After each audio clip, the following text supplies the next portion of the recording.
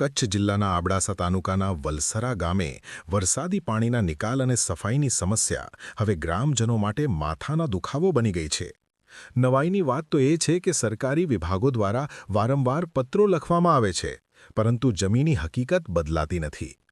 જુલાઈ 2025માં મામલતદાર કચેરી દ્વારા પોલીસ તંત્રને સૂચના આપવામાં આવી હતી કે ગામના મુખ્ય માર્ગો પર ગેરકાયદે દિવાલો બાંધીને વરસાદી પાણીના નિકાલમાં અવરોધ ઊભો કરનારા તત્વો સામે કાર્યવાહી કરવામાં આવે।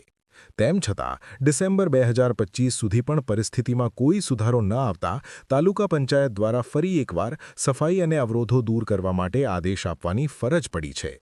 તંત્રની આ કાચબા ગતિ અને નિષ્ક્રિયતા સામે ગ્રામજનોમાં ભારે રોષ જોવા મળી રહ્યો છે।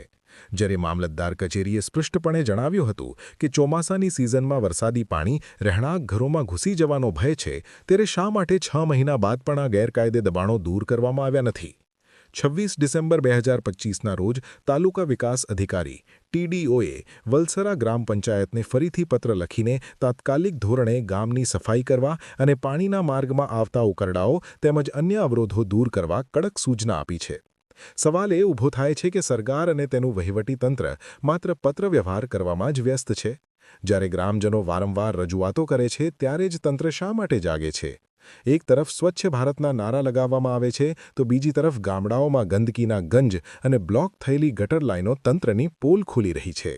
જો આગામી સમયમાં આ સમસ્યાનો કાયમી હલ નહીં આવે અને ફરીથી પાણી ઘરોમાં ઘૂસશે તો તેની જવાબદારી કોની રહેશે?